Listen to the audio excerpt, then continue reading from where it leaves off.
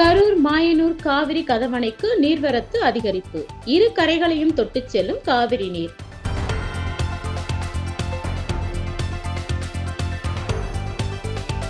காவிரி நீர்பிடிப்பு பகுதிகளில் பெய்து வரும் கனமழை காரணமாக மேட்டூர் அணைக்கு நீர்வரத்து அதிகரிப்பால் காவிரி ஆற்றின் உபரி நீர் திறந்துவிடப்பட்டுள்ளது.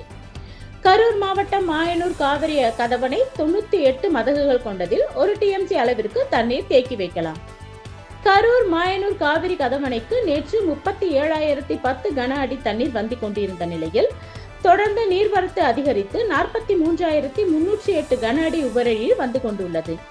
இதில் 42,458 கன அடி தண்ணீர் காவிரி ஆற்றிலும், தென்கரை வாய்க்காலில் 300 கன அடியும், கட்டளைமேட்டு வாய்க்காலில் 250 கன அடியும், புதிய கட்டளைமேட்டு வாய்க்காலில் 300 கன அடியும் விவசாய பாசனத்திற்காக திறக்கப்பட்டு வருகிறது.